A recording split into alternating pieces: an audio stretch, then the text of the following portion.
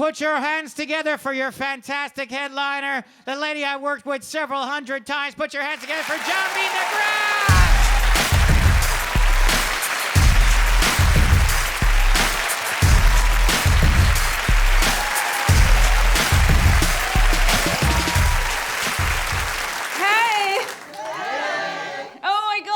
Like Madonna's house at Christmas. I love it. I love it. How you guys doing? Thank you so much, guys, for coming. My name is Njambi, and this is a show about how my white friend Charlene and I discovered that I was black. You would think that shit is obvious, right? Especially because I was born and bred in Africa. And I know that I'm an African woman, and I'm not even carrying a big, heavy load on my back. I left it over there with all the other misconceptions. But there comes a time in life when an incident from a very long time ago suddenly makes sense. So this is basically a journey into my blackness. It is basically what some people like to call woke. I call it accidental coconut. That's where I am, an accidental coconut. So Nelson Mandela died, and Africa is looking for a new icon, and I'm feeling the pressure. But he set the bar too high, right? He spent 27 years in prison for his people. I ran away from my people. Because you gotta have that special something to be a freedom fighter, right? You got to have tunnel vision. I've got to have a television. I don't even fit a stereotype. I can't sing, I can't dance. I'm basically a Spice Girl. Like if I was to join the Spice Girls today, I'll be the one with talent. Spice Girls fans right there. So years ago, when I was little, my brother and I, my father bought us a little pet dog. And it was very unusual because in Africa, we don't keep pets because it's very difficult to love our predators. And Africa has very many predators: lions, crocodiles, snakes, buffaloes, the white man. But growing up in Africa, I saw a lot of violence watching Tom and Jerry. Because we had a TV and it was a HD, highly disruptive. So my brother and I, we took turns chasing the aerial. That's right. That's why Africans are such fast runners. And this is it because people are always asking me, why is it that Africans are such fast runners? I say it's our fastest mode of transport. But the truth of the matter is we are always running away from something. We're always running away from hungry wildlife, angry tribesmen, neo-colonial legacies, people after your clitoris. It's never ending.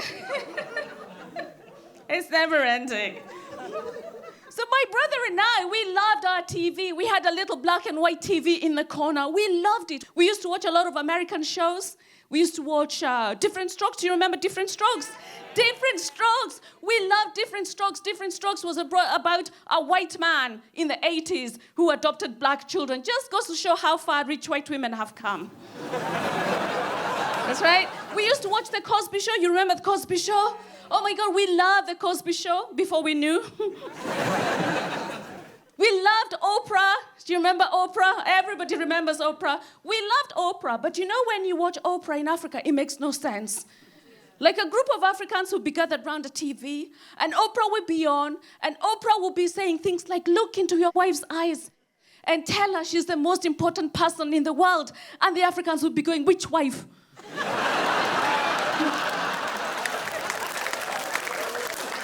Because, of course, an African man can marry 4 wives in one go. You guys would rather do it in succession. We call it polygamy, you call it bankruptcy.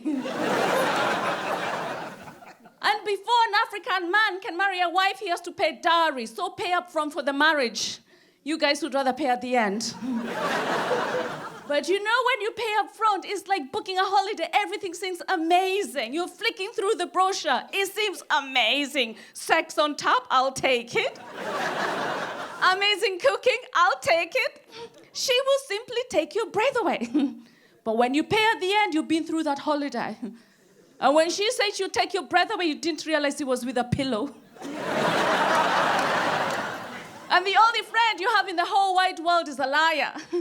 A lawyer.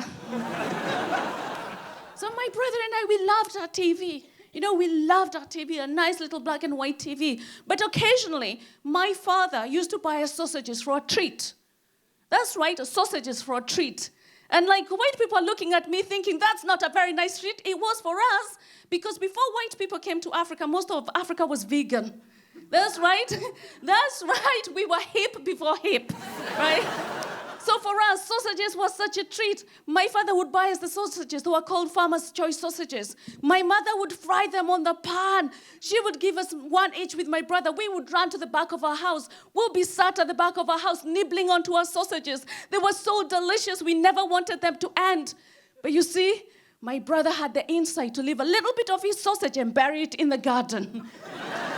In the hope that one day he would have a nice big tree full of sausages. But I never had the same discipline as my brother, you see. I ate all my sausage and I prayed that one day that I was going to benefit from my brother's sausage pension. And so those were my Western influences when I was growing up in Africa. But years later, my mother said to me, go and see the wild Njambi. I believe you guys call that backpacking. We call it upgrading. Because you see, my mother had very many children, just in case Madonna wanted one.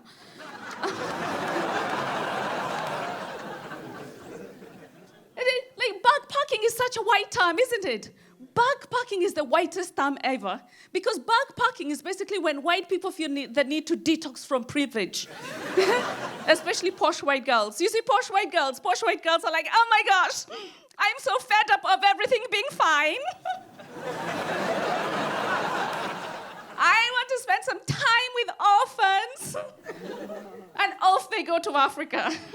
Because literally the only time white people are interested in people from Africa is basically when we are orphaned, when we're dying of disease, or when we're dying of famine. Even vultures are like, you guys are strange. But you know who doesn't give a fuck about PR? Africa. Africa, we don't give a shit about PR because we have outsourced our PR to white people. And white people are doing a terrible job of African PR. Wouldn't you agree? Yeah. Yes, white people are like, yeah, we are. Seriously, like you will see a white person and you say, hey, I hear you went to Africa, my love. Tell me, where in Africa did you go? No, don't tell me, let me guess. Did you go to see the ancient churches built by Emperor Lalibela of Ethiopia? Or perhaps maybe you went to see the medieval city built by the Shona people of Great Zimbabwe? Or perhaps maybe you went to Old Gorge, the location of the first man on earth. Or perhaps maybe you went and spent some time with the ancient kingdom of the Buganda people. So you will ask a white person, so tell me, my love, where in Africa did you go? They'll say, I went to an orphanage. I went to a clinic for HIV sufferers. And I went to a slum. I'm like, that's a shit holiday. Because like, if I go to Paris, I don't want to see people suffering from chlamydia. Like, if I go to Paris, I want to see all the majestic buildings because I love buildings. I want to walk down Champs-Élysées and just go, wow, this is where all the slave money went. That's right. That's right. So off I was going to America on a student exchange program. Student exchange sounds a little bit like a hostage situation. Mainly because it was. Because when a country in the West is doing a deal with Africa, someone's gonna get fucked. Right? Because the West has been fucking Africa for so long. Slave trade, colonialism, Shakespeare. You see that, people? It's because Africans, we can't cope with Shakespeare, right? To be or not to be. We're like, we don't know, white people. Please just make up your fucking mind. We don't know. Just make up your fucking mind. You're either saving us or enslaving us. Just make your fucking mind up. We don't know. So I was going to America, and you know what? I panicked. I absolutely panicked because I thought I knew nothing about America. And then I got to America, I realized that I knew everything there was to know about America because I had watched Independence Day. If you've never seen Independence Day, the premise is this. There's a superpower going around the world, destroying places around the world, and I thought, finally, America has a mirror. Because you can combine American foreign policy into just one tiny little phrase. I got the Midas touch. Everything I touch turns to dust. Oh, Putin. Because like if your friend, imagine if your friend, what's your name? Julie, imagine if you had a friend and your friend behaves the way America behaves, going around the world, kicking the shit out of people for no reason, right? Like Afghanistan, shut the fuck up. Iraq, shut the fuck up. Nicaragua, shut the fuck up. Somalia, shut the fuck up. Vietnam, shut the fuck up. Anybody else got a problem? Japan, bomb. If your friend behaved the way America behaves, you would say something. You would say, hey, calm down, Kanye.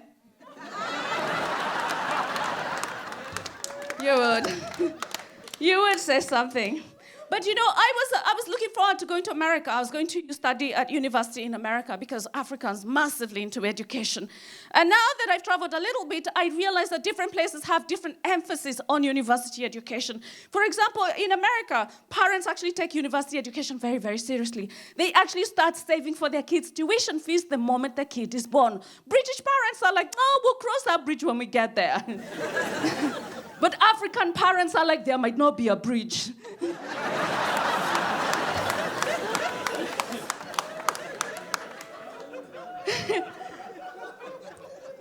But our attitudes towards teachers is also very different, because in Africa, children are frightened of their teachers.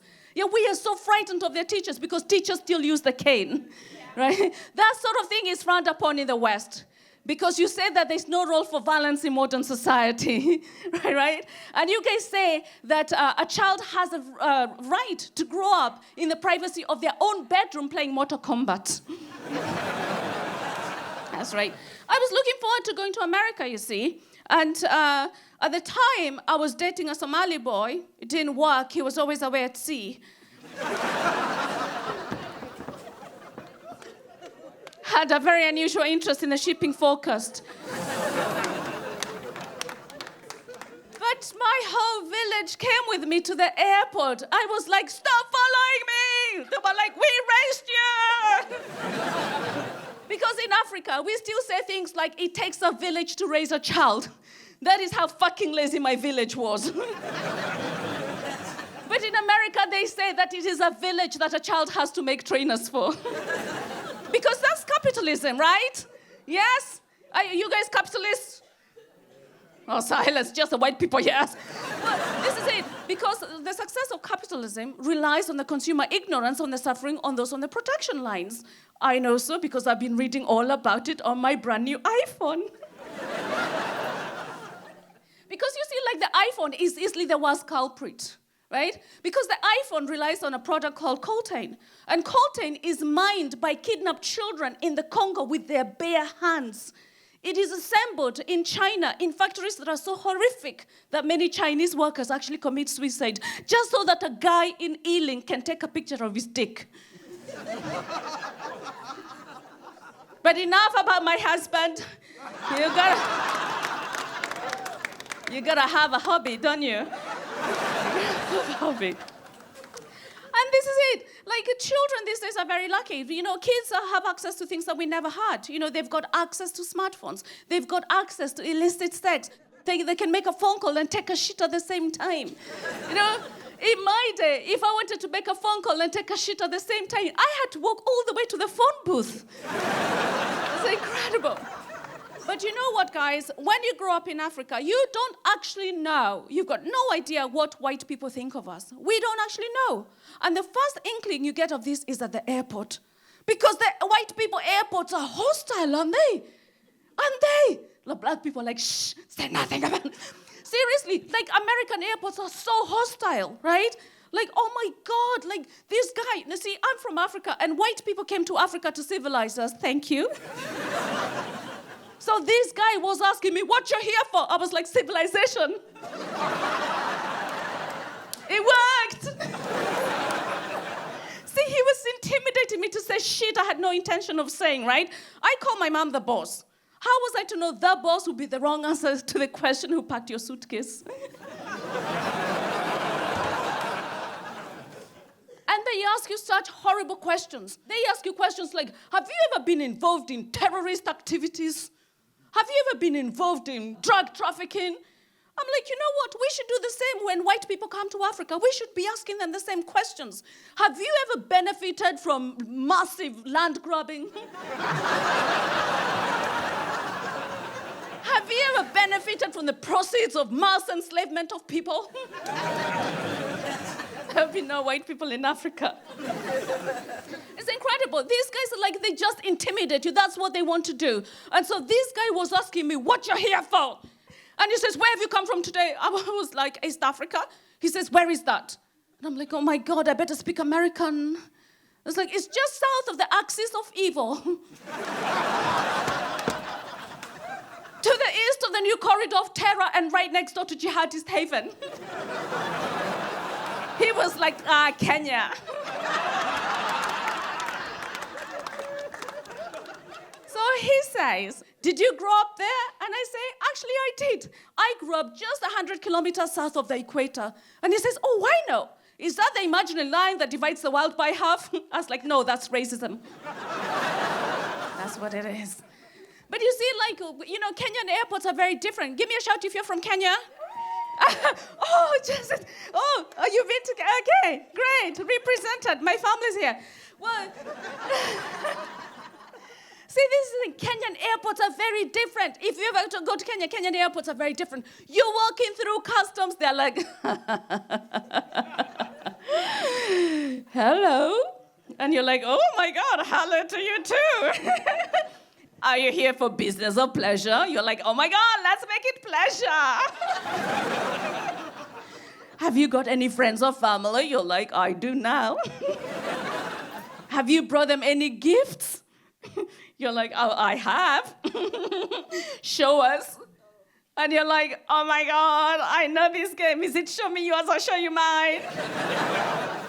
They will fine you for each and every one of those gifts.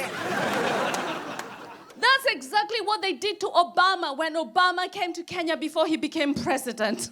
That's right, because you guys know Obama is half Kenyan, right? The bottom half. And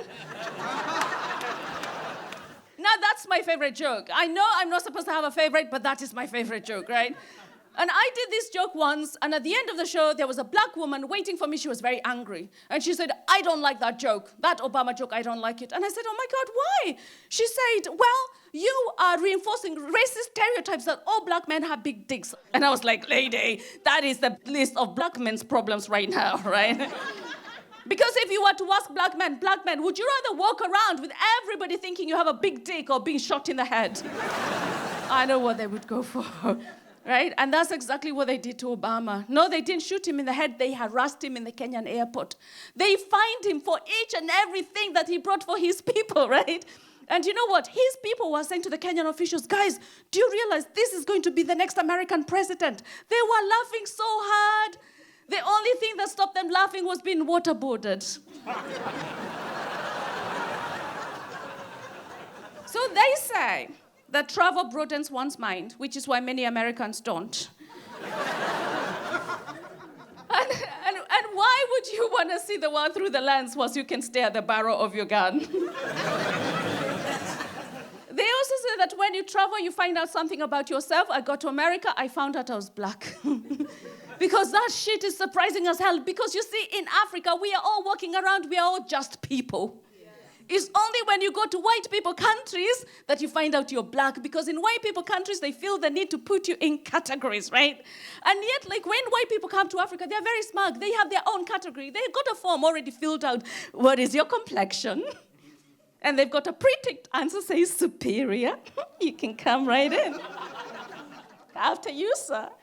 So I got to New York. I also found out that I was supposed to be in touch with the local drug dealers, because that is what stereotyping does.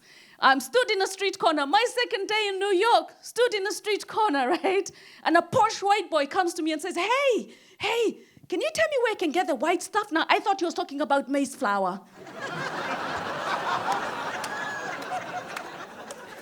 And I said, oh my God, yes, I can get you some for free. And this is it, because I know for a fact white people take more drugs than black people. It is a fact. It is well documented, right? And ironically, it was a posh white boy that introduced me to drugs. His name was Guy. So he came to me. Yeah, are you called Guy? Are you guys?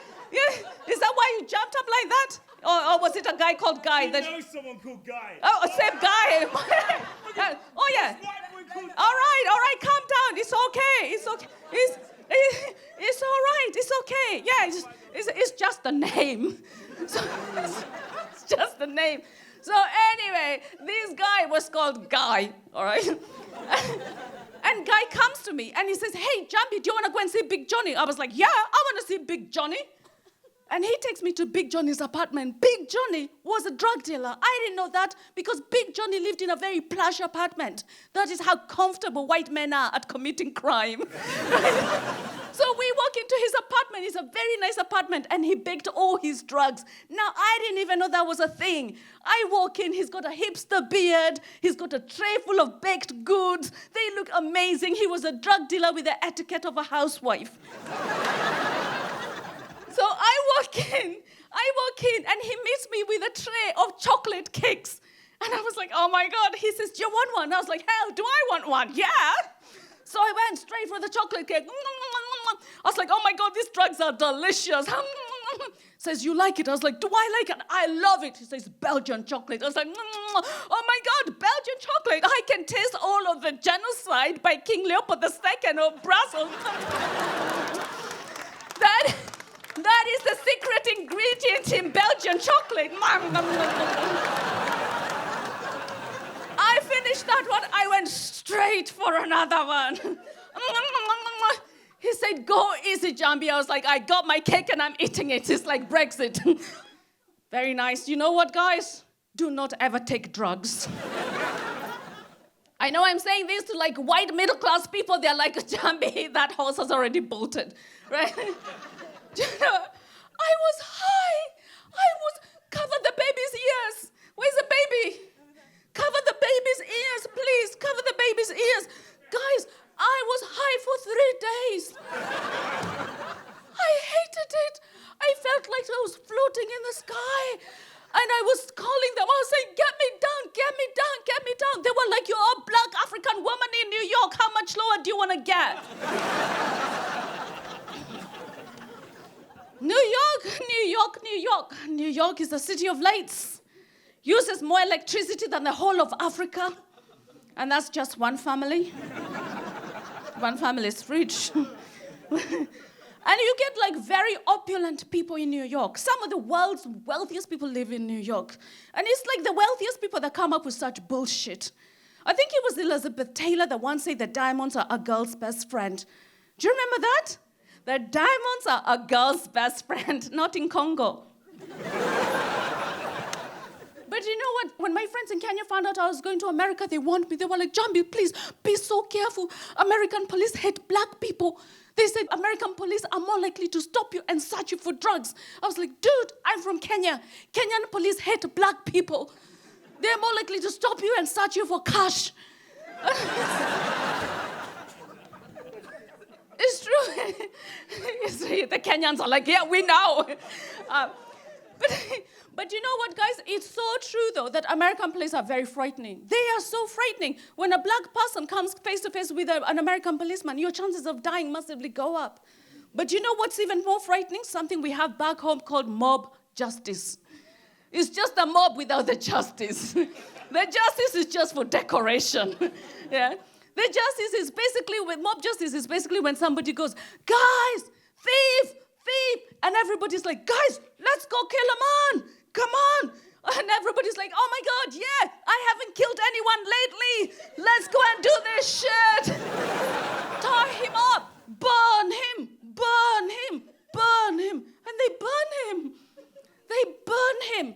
Because you know what? In Africa, we'll put up with corruption. We'll put up with lack of basic housing.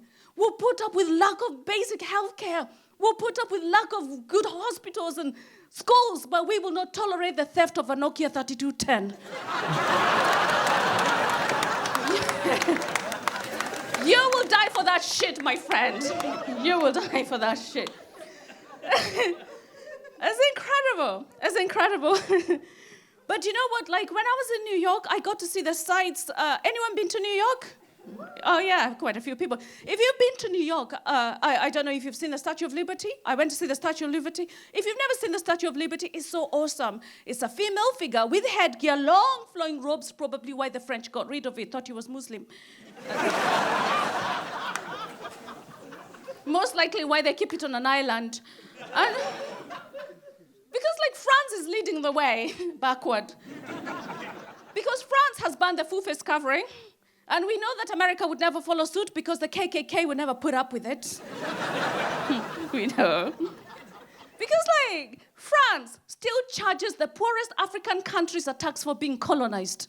And that's fucked up. It is so fucked up. That's like being kidnapped and held in a basement for 70 years. And when you're set free, you still have to go back and give your kidnapper a blowjob for old time's sake. It's incredible. But you know what, guys? When I got to America, because in Africa we don't learn any meaningful history, I didn't know about the KKK. I'd never heard about the KKK. And so I asked someone, who are the KKK? And someone told me, ooh, they're white supremacists. White supremacists. And so I looked it up. And then I found out that white supremacists are more likely to be disenfranchised, poor old white men. And I thought, how sad. Can you imagine trying to take over the world on a budget? It's like, let's go conquer shit on a megabus. You can just see. You can just see. But you know what, guys? My time in New York actually came to an end very, very quickly because I soon found out that my New York State University wasn't actually in New York City, but it was in upstate New York. Upstate being another word for racist. That's right. You see, when you grow up in Africa, we are so whitewashed. You see a white American, you're like, oh my God, I'm not worthy. Then you get to America, you're like, this shit is wasted. Because I lived amongst a tribe of people called the rednecks. Like, trying to explain to people in America where Kenya was as frustrating as trying to explain to people in Africa the concept of copyright. It's impossible. It's impossible. Like, I went to my village the other day. In my village, we now have a KFC. That's right. We used to eat organic. Now we are developed. We eat KFC. But I suspect it's not the real thing because I asked the guy. I said, hey, is this the real KFC? He said, yes. I asked him, why is the color pink, not red? He said, global warming. I asked him, hey, tell me, what's the recipe? He said, garam masala. I said, hey, what does KFC stand for? He said, Kenyan fried chicken. You can't make this shit up. It's incredible. It's incredible. So my university was actually in a place called Oswego. I don't know if anybody has ever heard of Oswego. You have? It's no wonder you dropped a bottle. It's all right. If you've never heard of Oswego, I'll tell you what it is. Oswego is an industrial port on the shores of Lake Ontario. Lake Ontario is one of the 5 Great Lakes because everything in America is great. Yeah, although one was superior. And there are 2 people who know their geography, right? So let me describe to you Oswego. Oswego was an industrial port with massive pylons and very bleak winters. And if you're asking, how did you cope, Njambi, with all of that excitement? I didn't. Because Oswego was also in the Guinness Book of Records for having the most bars per person. Because literally the only way you get through your time in Oswego was by drinking a copious amount of alcohol. Except I couldn't because I found out that my Kenyan passport was not a recognized form of ID. Every time I tried to get a drink, I couldn't. And at some point I became so desperate, I considered buying a passport from the Republic of Narnia.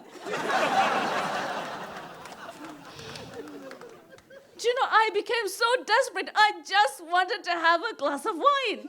And then I realized that I could go to Walmart, get myself a submachine gun, shoot some fucker in the face, and get myself a mediocre glass of wine. But when I was in America, I had a white friend, another one, not Jesus. And my white friend, she was not your typical gun-wielding, angry American student we've come to love. She was a bit more peaceful. She used to carry a knife. And I was like, oh my God, why do you carry a knife? She said, protection.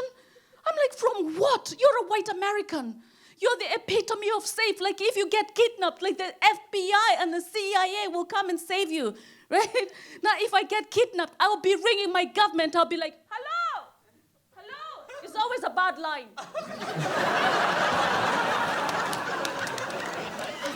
Hello, I've been kidnapped. And they'll be like, that's marriage for you. My government.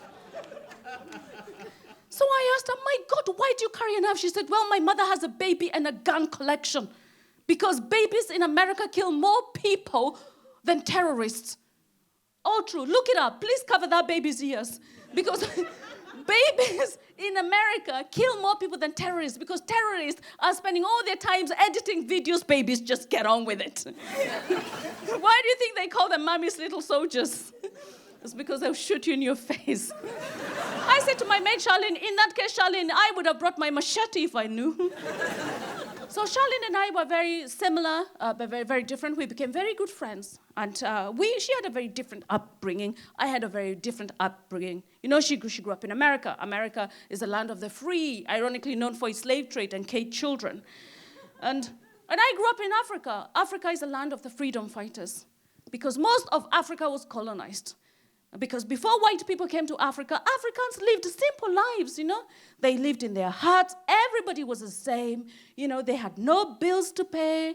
They spent their time planting and harvesting. And in between planting and harvesting, they spent all their times dancing. That's right. They were basically what you guys call hippies. Right? And so they had simple lives. White people came to Africa. They were like, oh, my God, you guys are so poor. Oh my God, how do you feel about being poor? Look at your houses. Your houses are shit. Your clothes are shit. Your gods are shit. Your spirits are shit. Everything about you is shit. Your land is, ooh, nice.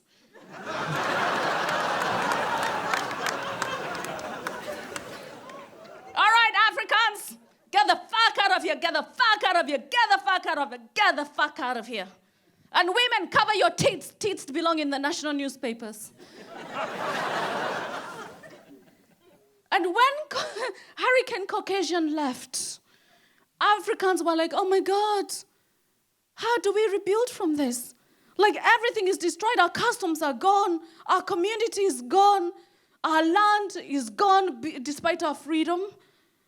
How the fuck do we rebuild from this? And they were like, all right, gather round, Africans, gather round. We are going to see white people. How are we going to see white people? We are going to walk. And now white people are like, oh my God, somebody stop them. Quickly, somebody build a wall. Quick, somebody build a wall. They're coming here to change our way of life. Please, quickly, somebody build a wall. Anybody? All right, you can come and build a wall. Like everybody's building walls. Like what's up with this wall building? Like even Hungary is building a wall. Like who the fuck wants to go to Hungary?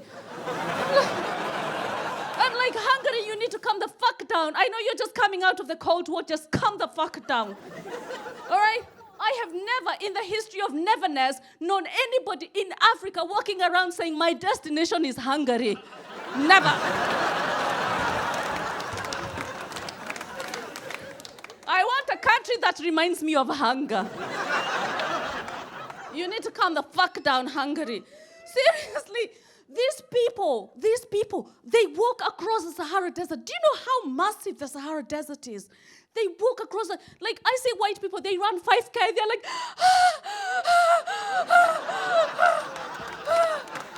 I did it. I ran 5K. These guys walk across the Sahara Desert. They cross perilous seas, right? Did you see that Malian immigrant in Paris? His name is Mamadou. He scaled 4 floors in 30 seconds. Like 4 floors in 30 seconds, and you think your picket fence is gonna stop him, right? Right? He's gonna go, oops, I tripped on something. I don't know what it is, it looks Hungarian.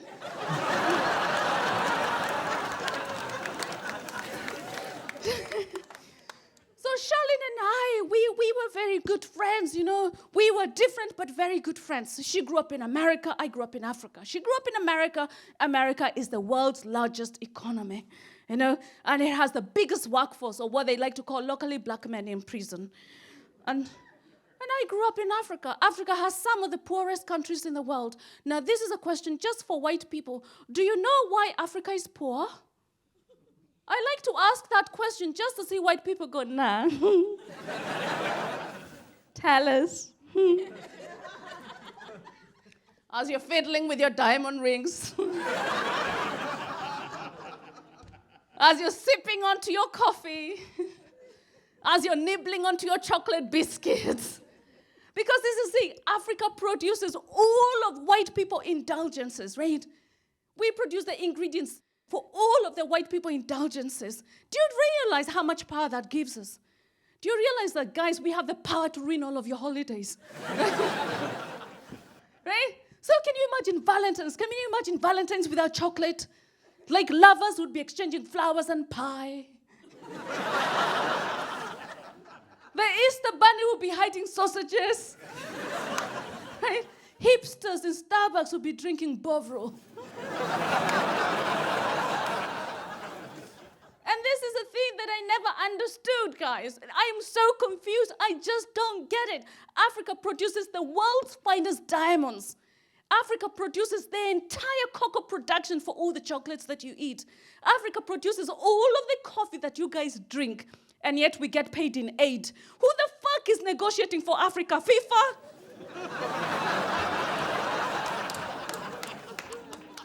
Like, we need to get their asses right here to negotiate this Brexit right here. It's incredible. And I like people saying, no, we're going to go back to trading with the old allies after Brexit. They were never allies. They were hostages. Like, you guys have a very short memory, right? It's incredible. It's incredible. So Charlene and I, we were very similar and very different. You know, we grew up in two continents. Our continents, America and Africa, are very similar in that we are defined by racism. Both continents, exactly the same. We've been scarred and marred by racism. Because, you know, when you think about apartheid, you only think about apartheid in the context of South Africa. And some of you might remember Rhodesia. But nobody remembers Kenya. Kenya was a proper apartheid. Now, I grew up in a place that was called the White Highlands. And the reason it was called the White Highlands was because when Kenya was a British colony, that is where all the cocaine was at. Because like the white people in Kenya spent all of their time having orgies and taking drugs. That is how we overthrew them. Like, it's very difficult to fight when you're mid-shag. Right? So I grew up in the White Highlands, and when Kenya was a British colony, black people were not permitted in white areas. Zebra crossing was a nightmare.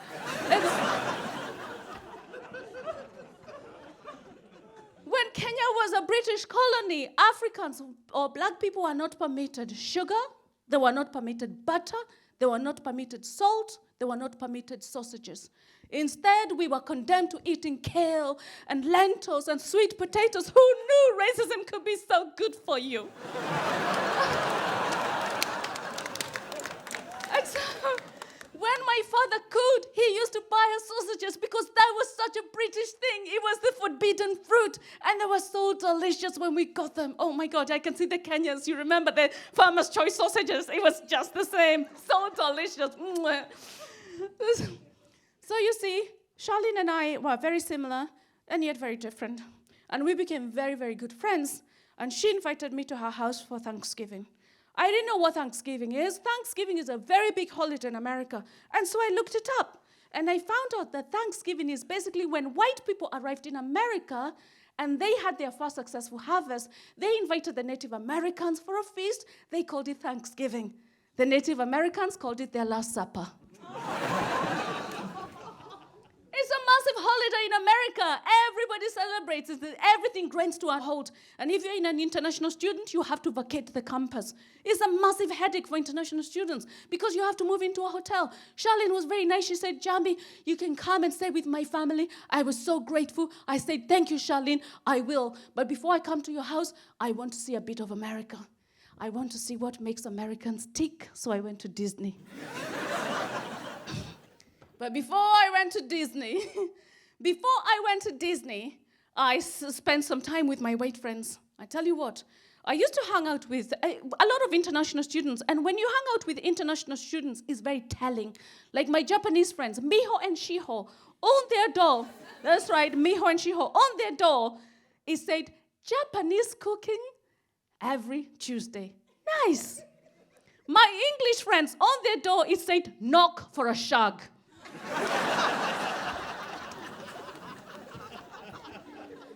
You know, I used to hang out with black Americans. But you know what surprised me most is that I felt no connection with black Americans. And that surprised me. Now I know at the time I didn't. You know, I felt no connections with black Americans because you know what? Black Americans were woke.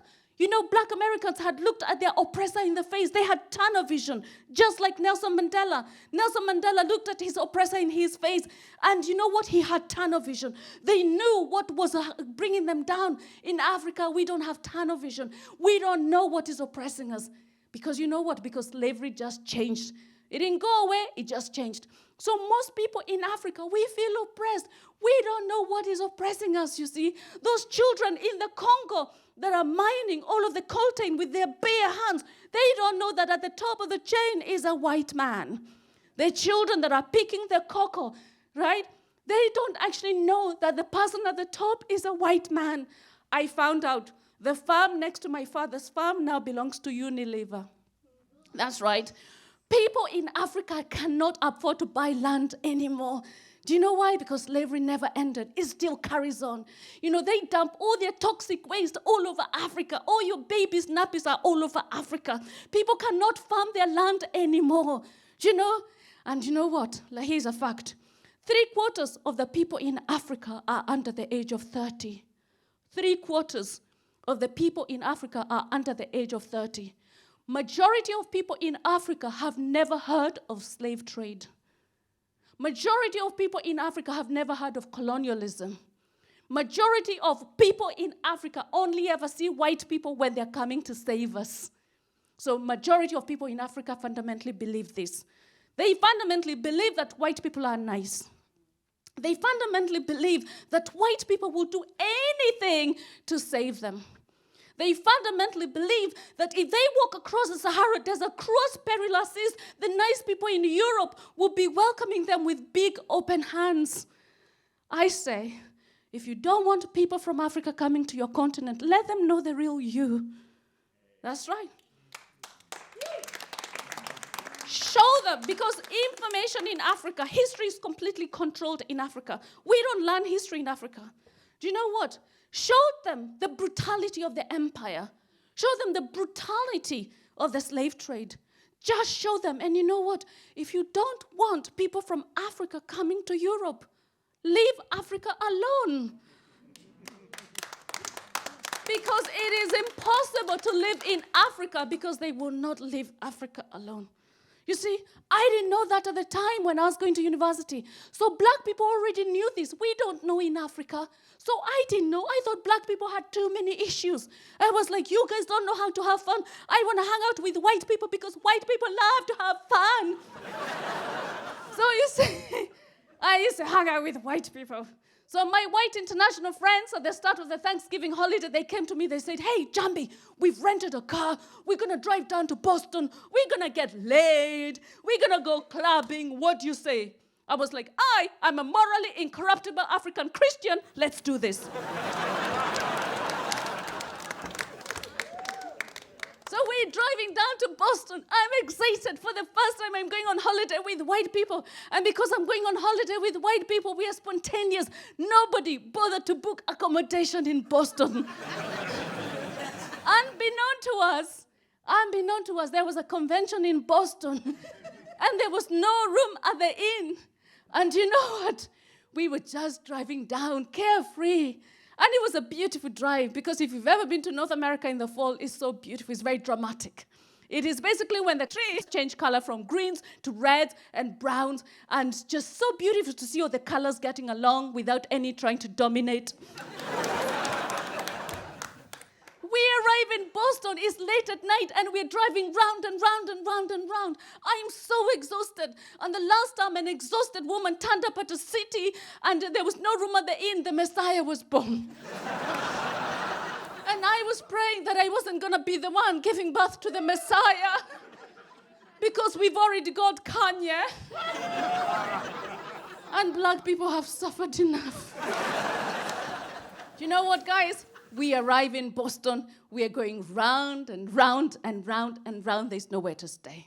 So I said to these guys, I said to the girls who are driving, the 2 English girls who are driving there at the front, and I said, hey, guys, why don't we stop and ask for directions? And when I said that, we were in the type of neighborhood where you see a kid and you're like, I bet you he has a piano. That type of neighborhood. But no, I was with white people. They carried on. They were driving round and round and round. And the type of neighborhood we stopped in where you see a kid and you're like, yeah, he's going to shoot me. That kind of neighborhood. Do you know what? That is where we stopped. They got out of the car. And I was like, guys, no, please, let's just keep moving. Let's keep moving. No, they were like, no, this looks fine. I was like, guys, this area is so rough. Like, there were people doing drugs. There was rats fighting in the streets. There was mattresses in the streets. And there was a bar. It looked so rough. And you know what? Lindsay says, oh, no, let's go over there and ask them for direction. I'm like, no, Lindsay, no. She said, no, it looks fine. Outside the bar, there were men. They looked so rough. They look as though they'd been kicked out of Jerry Springer for being too rough. Lindsay says, let's go. So, at that precise moment, the white people are leading. I'm hiding behind them. And I understood why black people never colonize shit. Because we're frightened. So I followed the white people. It's true. You're nodding. You're like, yeah, that's why we'll never colonize anyone. We're frightened. Like the 2 English girls, they're walking. This time we're wearing small shorts, we're wearing crop tops. And she walks up to them. I'm carrying behind them. She walks up to this group of men in her poshest English accent. And you can tell that Lindsay is the one that went to Catholic school because she used to flash her tits at everyone. That's right. So she walks up to this group of men, rough as fuck. She walks up to them in her poshest English accent. She goes, hi, we're students from England and we're lost. We're looking for somewhere to stay. I'm like, no, Lindsay, don't give the game away.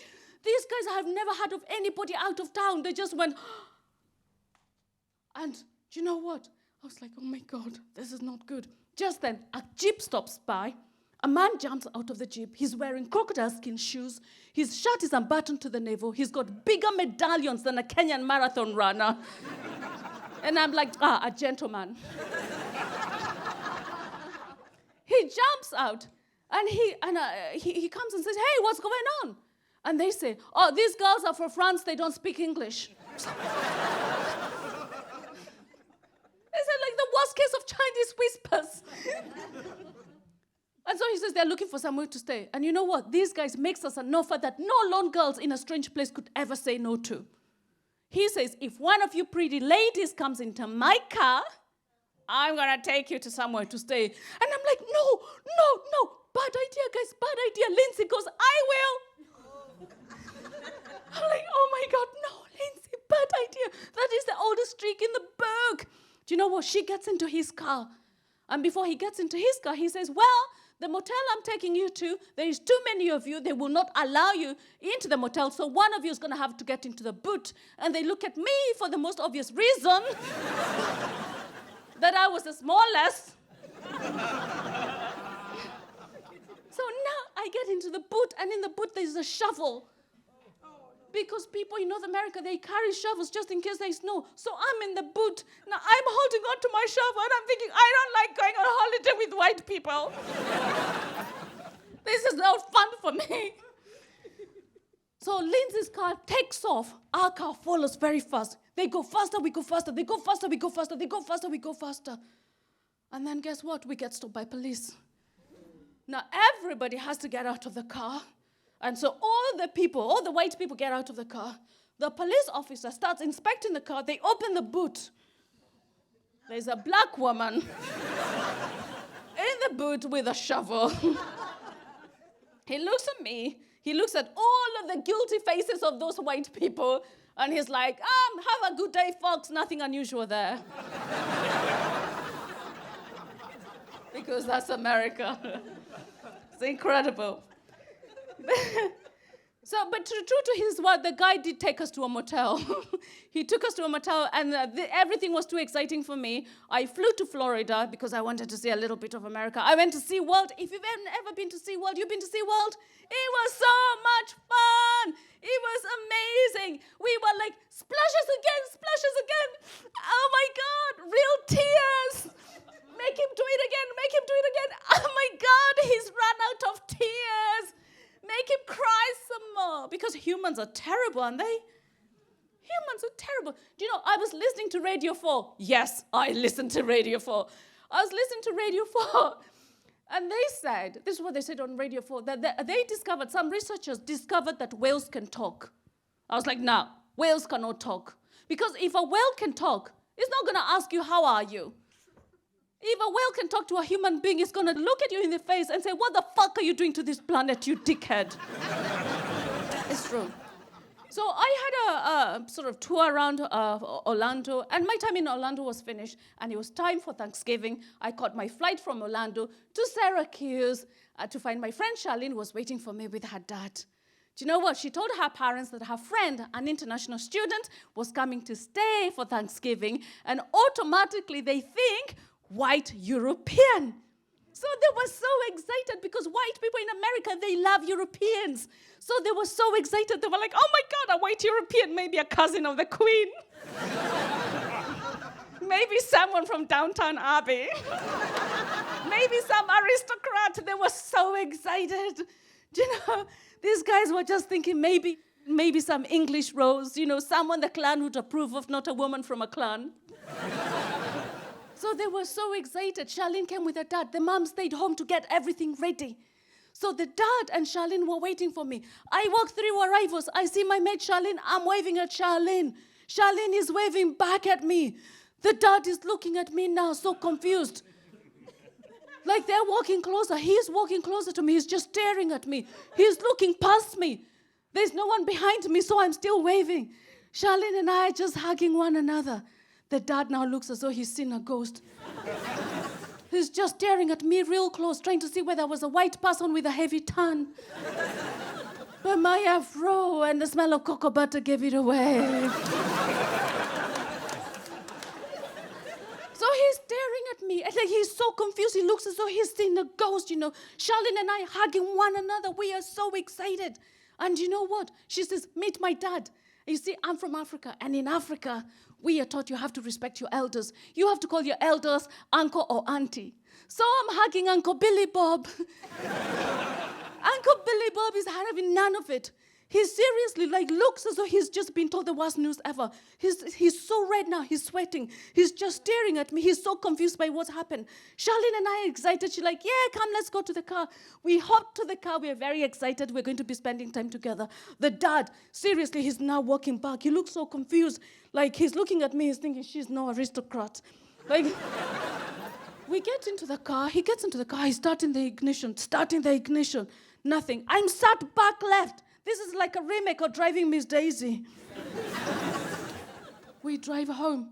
This guy, he's sweating. He's so red. He can't believe what's happening. You see, I don't know I'm a problem. Because when I was little, my brother and I, we had a TV.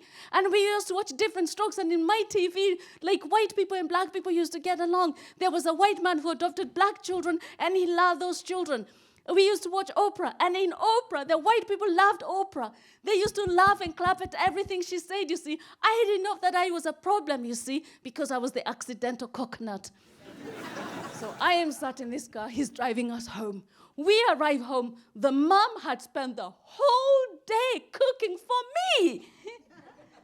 Isn't it ironic that a racist white woman should spend the whole day slaving over a hot stove for a black woman from Africa?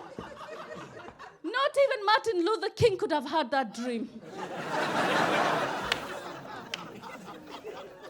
So I arrive, I get out of the car, the mom jumps out of the house, and then she stops to look at me. She's now so confused. She's looking at me. She's looking at the husband. She's like, what happened? She's no aristocrat.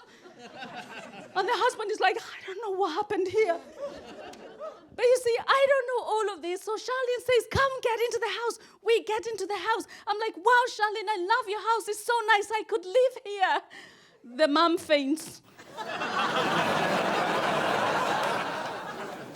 like, oh my God, Charlene, I love your house. You guys like flags, eh?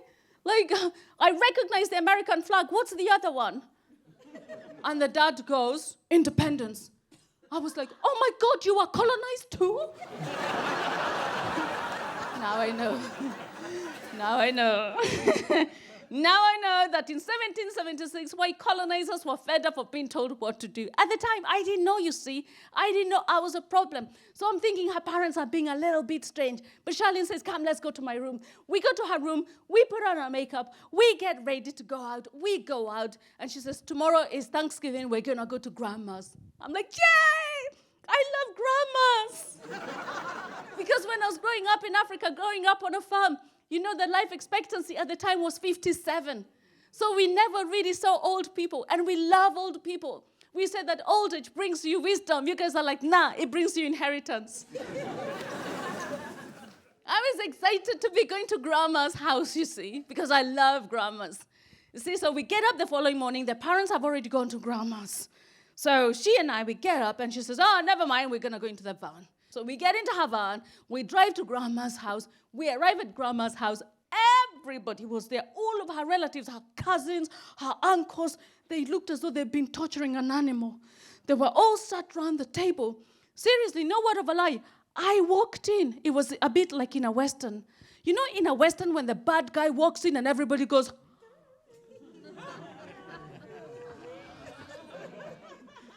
seriously, everybody was just like staring at me. And I was like, oh my God, these guys, this is a bit strange. But I don't get it, you see. Because when I was a child, I used to watch all my TV programs. White people and black people used to get on. I don't know that I'm a problem. Now I'm sat here, everybody is staring at me. And you know what? Grandma was just there.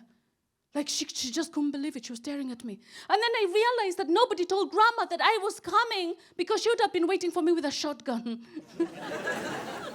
And then I realized now that Grandma would have been born or had lived an era when it was normal and okay to catch a black person and torture them, break each and every bone in their body and burn them bit by bit, and then hang them on the tree with all the villagers yelling, burn him, burn him, burn him.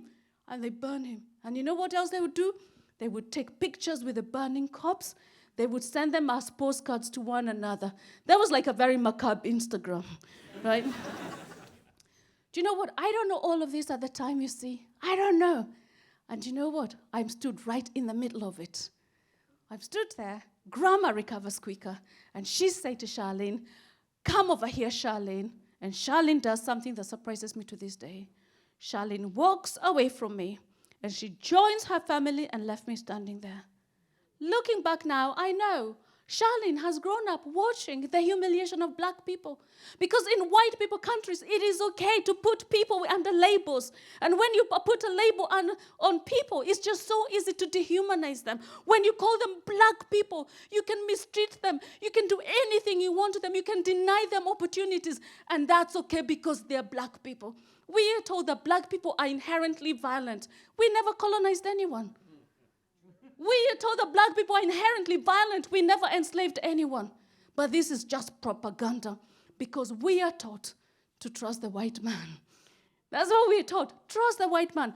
Right now, if you see a black boy outside in the street wearing a hoodie, you are going to cross the road because you're taught to be frightened of him. He'll probably stab you.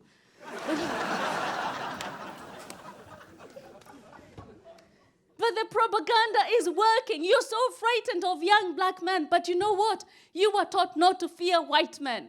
You will see a white man in his designer suit walking. He will open door for you. He'll say his thank yous and sorries and everything on his way to press the nuclear button.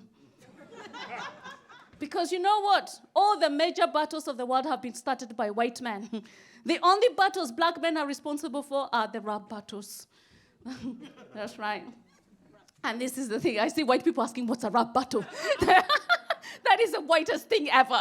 What is a rap battle? Talk to me afterwards. I'll tell you what it is. And this is the thing, though. Like, when you put a label on people, it is easy to dehumanize them. Like, if I was to tell you now, there was a woman. There was a woman who was breastfeeding her little baby, and not that lady. That lady's fine. She's fine. There was a woman who was breastfeeding her baby. Somebody came and ripped her baby away. They separated the two of them. The baby is now so distressed. He's calling for his mother. The mother is so distressed. They want to be together again. If I told you that, you would feel so bad and you would do anything to bring them back together. And that is happening every single day, not just in America, all over Europe. And you know what? It's okay because they're immigrants. We are better than that. And we can rise above it, guys. Because we are all the same. Fundamentally, I push a baby out the same way you push a baby out. It's incredible. Charlene has grown up seeing people dehumanized based on the color of their skin. She did something that completely shocked me. And to this day, I've never been able to understand. She walked over to her family, and she joined her family.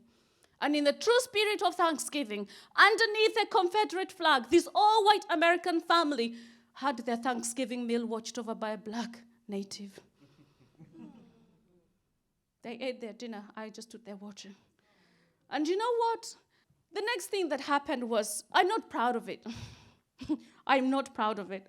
As I stood there, like so confused, I didn't know what to say or what to do. I had a Tourette's moment, and I just said it. I'm not proud of it. I just stood there watching this family eat their dinner, and I just said, I bring you greetings from my people.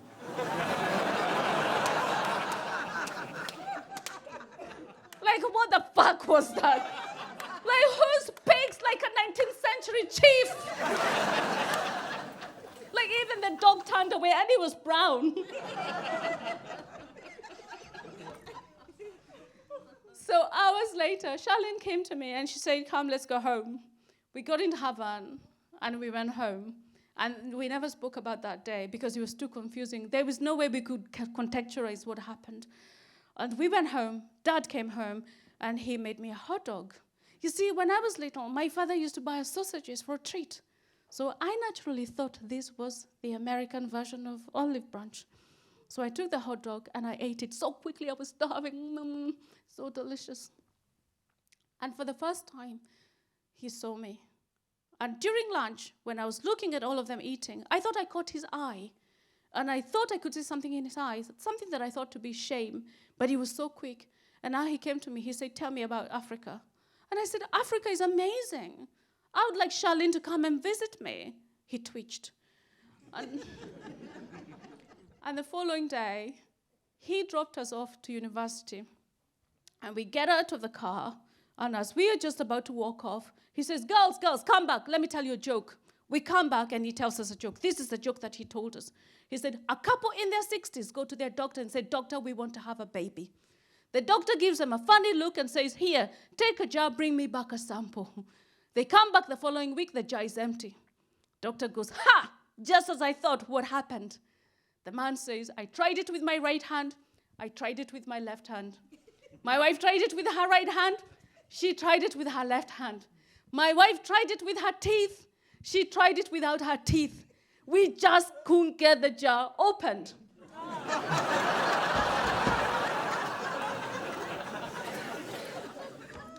I love that joke. I love that joke. That became my favorite joke, you see, guys. I absolutely love that joke. It became my joke. I used to tell it everywhere I went. Like every time I went to a party, I would say to people, do you want to hear a joke? Everywhere, do you want to hear a joke? Do you want to hear a joke? And you know what? It is from something that was so horrific, something that was so uncomfortable for me, that bore whatever I became today. Because you never know where the end result of something like that is going to be. And if you're wondering what became of my brother, he's now a millionaire. And I'm still hoping to benefit from his pension. Thank you very much. Thank you.